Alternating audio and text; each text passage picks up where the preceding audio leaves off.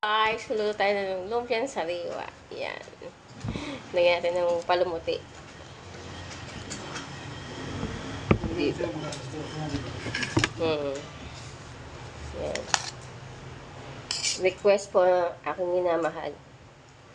Lumpiang sariwa. May itsura ko, haggard. Walang makeup.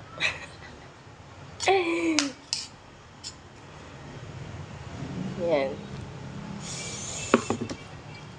For the first time. Yan. Masarap yan. Lumpiang sariwa.